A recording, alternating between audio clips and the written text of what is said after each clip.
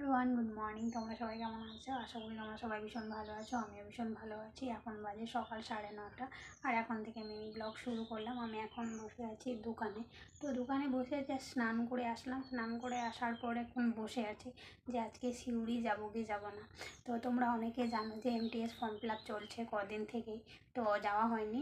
শনিবার দিন তোমাদের দাদাভাই গেছিলো, সমস্ত ডকুমেন্টস পাঠিয়ে দিয়েছিলাম। আর সিগনেচারটা তো লাগে, তো সিগনেচার করে পাঠিয়ে দিয়েছিলাম। কিন্তু সে দাদাটা বলছে যে যে ক্যান্ডিডেট তাকেই লাগবে, তো তার জন্য হয়নি সেদিন। তো রবিবার দিন যেতে পারিনি। তো আজ তো সোমবার, তো ভাবছি আজকে যাব। কিন্তু আমাদের এখান থেকে বাস স্ট্যান্ডে 5 থেকে 6 কিলোমিটার যেতে হয়।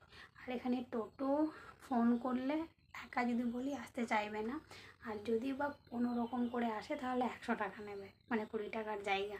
তো যাই হোক দেখি। আর তোমাদের দাদাভাই কাজে গিয়েছে আজকে, অনেক সকালে উঠেছি, তাও আজকে ওটা লেটই হয়ে গিয়েছে কারণ সব কাজে যাচ্ছে। তোমাদের দাদাভাই তো দুপুরের জন্য খাবার সকালেই রান্নাবান্না করে পাঠিয়ে দিই।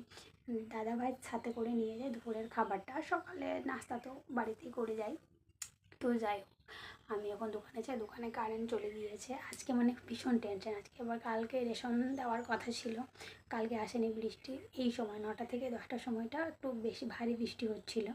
আর আজকে এসছে ওই পাড়াতে আছে, মানে নতুন পাড়াতে, আমাদের পুরাতন পাড়া এখনও আসেনি।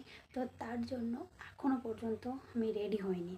আগে রেশনটা নিয়ে নেবো, তারপর